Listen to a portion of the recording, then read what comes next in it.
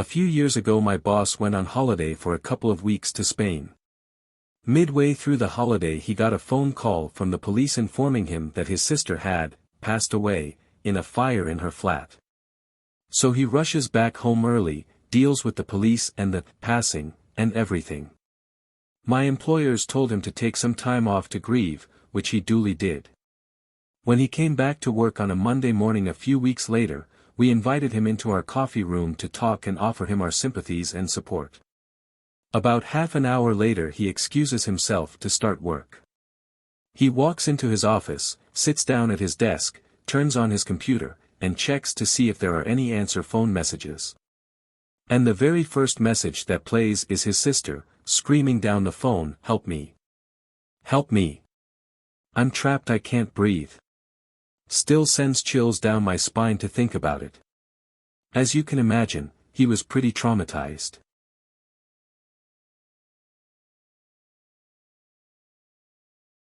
My grandfather told me this story about how one time he was sitting in a chair in front of the house when he heard his wife repeatedly calling him from inside the house. The thing is, my grandmother passed away a few years before that.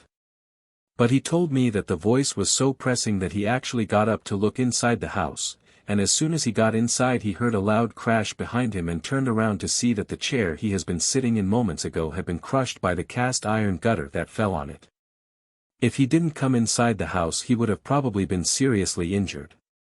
Every time I think about it, it sends chills down my spine.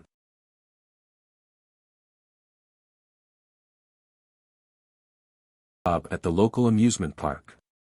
It's about 3 in the morning, and there is no traffic at all. Get stuck at the red light that never ends, and while we are waiting, another car pulls up next to us. A big black hearse, in immaculate condition, with a clown in the driver's seat, with full makeup and costume on. He never moved, didn't look at us, nothing, just stared straight ahead the whole time.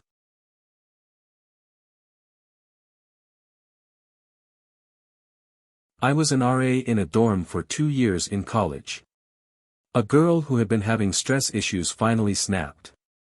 She was found by someone in a dark stairwell. I was in an older dorm, circa 1887, so there were plenty of nooks and crannies. By the time she was found she had already torn out over half of her hair and had eaten it. She just kept on saying, "I just need a haircut," in a perfectly normal voice.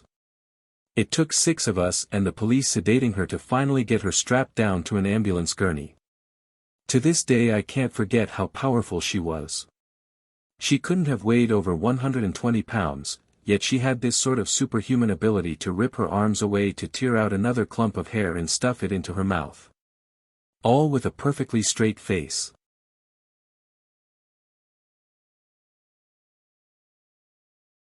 End September 2014. A Utah boy discovered his parents and 3 brothers deceased after arriving home. The Salt Lake Tribune reported finding a to-do list in the house, which included tasks like feed the pets and find someone to watch the house written on it. The found list gave the impression that the parents were preparing to go on vacation. However, there was no suicide note, no warning that they would do this, and no explanation. After autopsies, it was revealed that the 5 family members consumed a lethal concoction of drugs that September day. However, why and how the parents and kids consumed the drugs remained a mystery. Sometime later, police revealed more terrifying information about the case.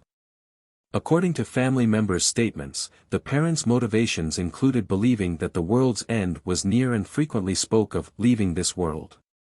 Apparently, scared of the apocalypse, the parents poisoned the kids and themselves.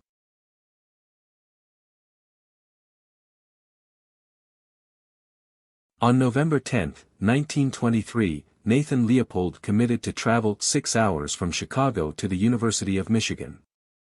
Accompanied by his friend and lover, Richard Loeb, they intended to break into Loeb's former fraternity. But all they had taken was a typewriter, a few watches, some pen knives, and around $80 in loose change. Leopold was agitated on the way back to Chicago because the robbery had been a big effort for a small payoff. When Leopold finally stopped complaining, Loeb began to discuss his idea of committing the perfect crime. While they continued to travel through the country roads toward Chicago, they broke into several homes and started a few fires, but none of their crimes had been published in the media. Loeb desired to commit a crime that would create a huge buzz: abduction and homicide of a child. After plotting their plan through the winter, in May, they kidnapped a child they knew had a wealthy father who would pay the ransom. Following the abduction, they beat the boy's skull with a chisel, jammed a rag down his throat, and disposed of the body. When the two returned to the city, Leopold dropped the ransom letter into a post box. However, their plan to execute the perfect crime failed. The following day, a passerby spotted the child's lifeless body, and soon the police traced Leopold by finding the eyeglasses he dropped near the body. On May 31, 10 days after the homicide, both young men came clean and revealed to the state's attorney how they had slayed Bobby Franks. Nathan Leopold confessed that they had killed Bobby only for the thrill of it. At the time of the murder, Richard Loeb and Nathan Leopold were 18 and 19 years old. They were sentenced to 99 years in prison.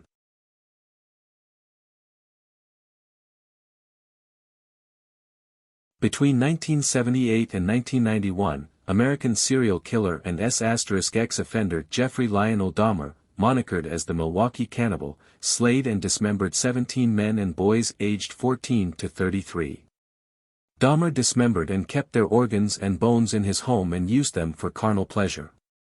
Sources claim that Dahmer was fascinated with deceased animals from a young age. When he was 4 years old, Dahmer may have noticed his father removing animal corpses from the house's foundation. This may have sparked his mania with deceased animals. Dahmer referred to animal bones as his fiddlesticks, and was oddly pleased by the sound the bones made. In 1991, after one of his potential victims escaped, Dahmer was captured and admitted to his crimes. Despite being diagnosed with borderline personality disorder, schizotypal personality disorder, and psychotic disorder, Dahmer was named to be legally sane at his trial. 3 years later, a fellow inmate fatally beat him. On September 21, 2022, Netflix released a 10-part biographical crime drama series Dahmer, Monster, The Jeffrey Dahmer Story.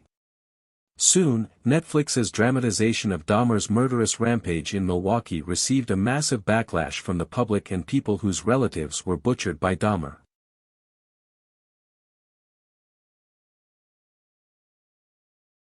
In 2007, ABC News reported on a series of ominously precise grave threats made to different families via cell phones. The families claimed that the calls, which threatened to slay their children, pets, and grandparents, came in any time at night. According to one family, the callers seemed to know when the kids left for school and when they were home alone. Families also received voicemails with recordings of their private conversations.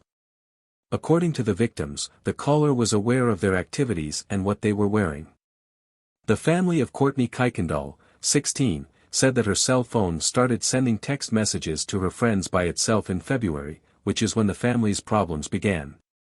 The Kuykendall family also reported a caller having a scratchy voice and threatening to slice their throats, which continued for months.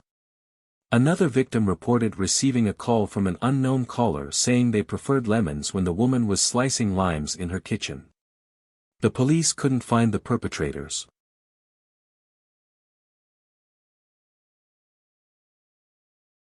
The late 1800s saw the homicides of at least 36 women by Moroccan shoemaker and trader Hajj Muhammad Mesfui. Monikered as the Marrakesh Arch-Killer, he hosted dinner parties for affluent women at his home, where he would drug them and then decapitate them with a dagger while they were asleep. He robbed them of their possessions and money and buried them. Authorities in Morocco recovered the remains of 20 mutilated people in a deep trench beneath his store, and another 16 were located in the garden outside. Mesfui admitted that he slayed for money, often very modest sums. In 1906, Mesfui was eventually arrested and executed. Mesfui was initially ordered to be crucified. However, the sentence was then altered to beheading in response to public outrage. Ultimately, it was decided that he should suffer every day for 4 weeks. he was carried from his cell onto the market square and whipped 10 times with a rod made of prickly acacia. On June 11, 1906, Mesfui was to be walled up alive in the Marrakesh marketplace bazaar. Mesfui went silent on the third day, and many people in the crowd expressed their rage that he perished too quickly.